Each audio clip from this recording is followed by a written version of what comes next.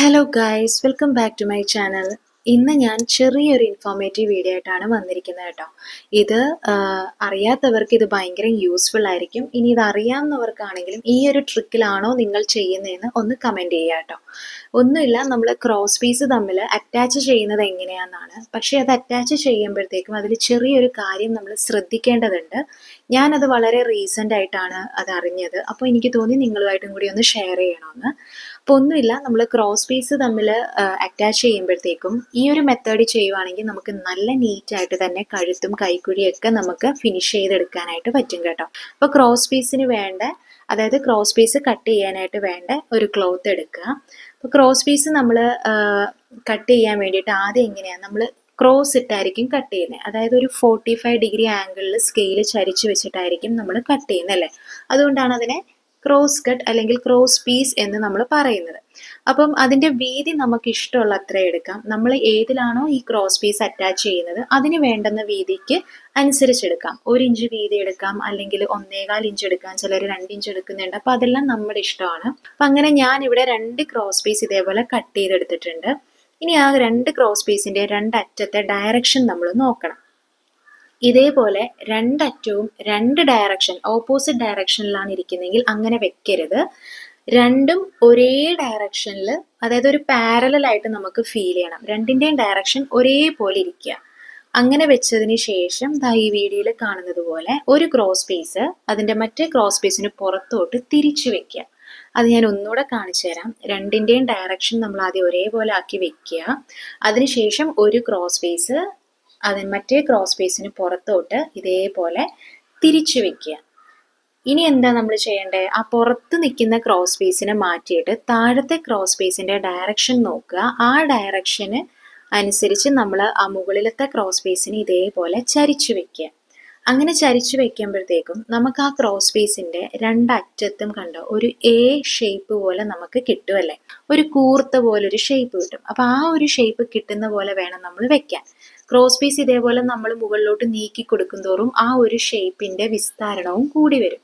അപ്പം നമുക്ക് അത്രയും വലിപ്പത്തിൽ വേണ്ട. അതുകൊണ്ട് 2 സൈഡും ഒരേപോലെ കിട്ടുന്ന രീതിയിൽ ചരിച്ചു വെക്കുക. അപ്പോൾ ആ 2 അറ്റത്തും ആ ഒരു കോർണർ പോലെ വരുന്നുണ്ടല്ലേ. അപ്പോൾ ആ 2 കോർണർ വരുന്ന ഭാഗത്തൂടെ വേണം നമ്മൾ തയ്ക്കാനായിട്ട്. അതിനാണ് ഞാൻ ഇങ്ങനെ ഒരു ഡോട്ടഡ് ലൈൻസ് കൊടുത്തിരിക്കുന്നത്. ആ ഡോട്ടഡ് ലൈൻസിന് പുറത്തൂടെ നമ്മൾ തയ്ച്ചെടുക്കണം.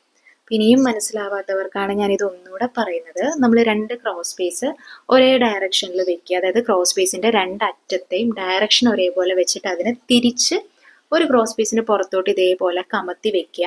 എന്നിട്ട് താഴത്തെ ക്രോസ് പീസിൻ്റെ അറ്റത്തെ ആ ഒരു ഡയറക്ഷൻ ചരിഞ്ഞ് എങ്ങനെയാണോ കട്ട് ചെയ്തിരിക്കുന്നത് ആ കട്ട് ചെയ്തിരിക്കുന്ന അതേ ലെവലിൽ തന്നെ മുകളിലത്തെ ക്രോസ് പീസ് ഇതേപോലെ ചരിച്ചു വെക്കുക. അപ്പം അങ്ങനെ ചരിച്ചു വെക്കുമ്പോൾ തന്നെ നമുക്ക് ഓട്ടോമാറ്റിക്കലി അതിൻ്റെ 2 അറ്റവും ഇങ്ങനെ ഒരു എ ഷേപ്പിൽ കിട്ടും. അപ്പം നമ്മൾ നീഡിൽ സ്റ്റാർട്ട് ചെയ്യുന്നത് എവിടെയാണ്, ആ എ ഷേപ്പിൽ ആ ഒരു കോർണർ പോലെ വരുന്ന ഭാഗത്ത് നീഡിൽ ടച്ച് ചെയ്യുക. എൻഡ് ചെയ്യുന്നതും അതേപോലെ തന്നെ ആ കോർണർ പോലെ നിൽക്കുന്ന ഭാഗത്തോട്ട് തയ്ച്ചിറക്കുക. അപ്പം ഞാൻ അങ്ങനെ തയ്ച്ചെടുത്തിട്ടുണ്ട്. ഇനി നമ്മൾ എന്താ ചെയ്യേണ്ടതെന്ന് വെച്ചാൽ, നമ്മളിപ്പോൾ ഇതൊരു 1/4 ഇഞ്ചിലാണ് തയ്ച്ചെടുത്തിരിക്കുന്നത്. അപ്പോൾ അതിൻ്റെ ആ ഒരു തയ്യൽ തുമ്പ് കണ്ടോ, അത് നമ്മൾ 2ആയിട്ടൊന്ന് പൊളർന്ന് വെക്കുക. അങ്ങനെ പൊളർന്ന് വെക്കുന്ന എന്തിനാന്ന് വെച്ചാൽ അപ്പം നമുക്ക് കഴുത്തായാലും കൈക്കുഴി ആയാലും ഒക്കെ തയ്ക്കുമ്പം ഈ ഒരു ഭാഗം എത്തുമ്പോഴത്തേക്കും അവിടെ നമുക്ക് കട്ടിയില്ലാതെ തന്നെ നല്ല സ്മൂത്തായിട്ട് തയ്ച്ചെടുക്കാനായിട്ട് പറ്റും. അതുകൊണ്ടാണ് 2 വശത്തോട്ടും 2 തയ്യൽ തുമ്പും ഇങ്ങനെ പൊളർന്ന് വെക്കാൻ പറയുന്നത് കേട്ടോ. അതൊന്നെങ്കിൽ നമുക്ക് അയൺ ചെയ്തെടുക്കാം. ഇനി നമ്മൾ അധികം വന്ന ക്ലോത്ത് കണ്ടോ, പുറത്തോട്ട് ചാടി നിൽക്കുന്ന തയ്യൽ തുമ്പെല്ലാം ഇതേപോലെ ഒന്ന് കട്ട് ചെയ്ത് മാറ്റുക. അപ്പം അങ്ങനെ കട്ട് ചെയ്ത് മാറ്റുമ്പോഴത്തേക്കും നമുക്ക് നല്ല നീറ്റായിട്ട് തന്നെ ക്രോസ് പീസ് ചെയ്തെടുക്കാനായിട്ട് പറ്റും കേട്ടോ. ഇങ്ങനെ ആയിരിക്കണം നമ്മൾ ക്രോസ് പീസ് ജോയിൻ ചെയ്യേണ്ടത്. അല്ലാണ്ട് ചെയ്യുന്നവരുണ്ടെങ്കിൽ ഈ ഒരു മെത്തേഡ് വെച്ച് യൂസ് ചെയ്തിട്ടൊന്ന് ട്രൈ ചെയ്ത് നോക്കുക കേട്ടോ. അപ്പം നമുക്ക് നല്ല സ്മൂത്ത് ഫിനിഷിങ്ങിലും കിട്ടും. തന്നെയുമല്ല, നമ്മൾ ഈ 2 ക്രോസ് പീസ് തമ്മിൽ നമുക്ക് പുള്ളി ചെയ്ത് നോക്കുമ്പോൾ കണ്ട അത്യാവശ്യം നല്ല വലിഞ്ഞും കിട്ടും. അതാകുമ്പോൾ കഴുത്തും കൈക്കുഴിയൊക്കെ തയ്ക്കാൻ നേരത്ത് നമുക്ക് നല്ല യൂസ്ഫുൾ ആയിരിക്കും. ഇന്നത്തെ ഈ ഒരു ചെറിയ വീഡിയോ നിങ്ങൾക്ക് എല്ലാവർക്കും യൂസ്ഫുൾ ആയി കാണുമെന്ന് ഞാൻ പ്രതീക്ഷിക്കുന്നു. അതേപോലെ തന്നെ നമ്മുടെ ചാനലിൽ 10K ആകാനായിട്ട് സഹായിച്ച എല്ലാ ഫാമിലി മെമ്പേഴ്സിനും വളരെയധികം നന്ദിയുണ്ട്. Thank you so much guys.